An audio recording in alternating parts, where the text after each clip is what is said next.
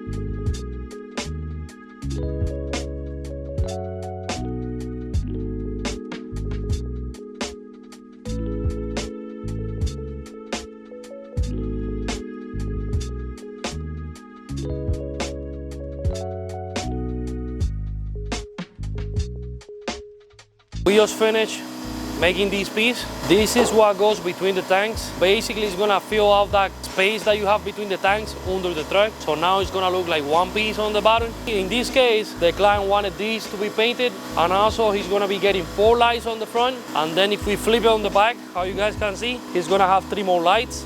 That's how it's gonna be sitting once it's installed. I'll give you guys an advance so you guys can see how it will look like with the lights on. But yeah, this is how it will look like with the lights on, so you guys have at least an idea. So that's how it will look like once it's installed with the lights on. And then on the inside, it's gonna have 3 more lights, so it's gonna give the truck like an underglow at night. You're gonna have these shooting to the wheels, and then the ones on the back, they're gonna be shooting inside the truck. That's gonna make a big difference for that truck.